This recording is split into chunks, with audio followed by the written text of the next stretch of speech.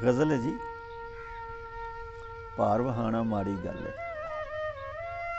ਭਾਰ ਵਹਾਣਾ ਮਾੜੀ ਗੱਲ ਹੈ, ਉੱਠ ਉੱਠ ਜਾਣਾ ਮਾੜੀ ਗੱਲ ਹੈ।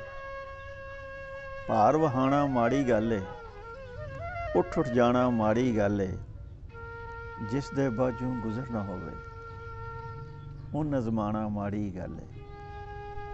ਜਿਸ ਦੇ ਬਾਝੋਂ ਗੁਜ਼ਰ ਨਾ ਹੋਵੇ ਉਹ ਨਜ਼ਮਾਣਾ ਮਾੜੀ ਗੱਲ ਹੈ।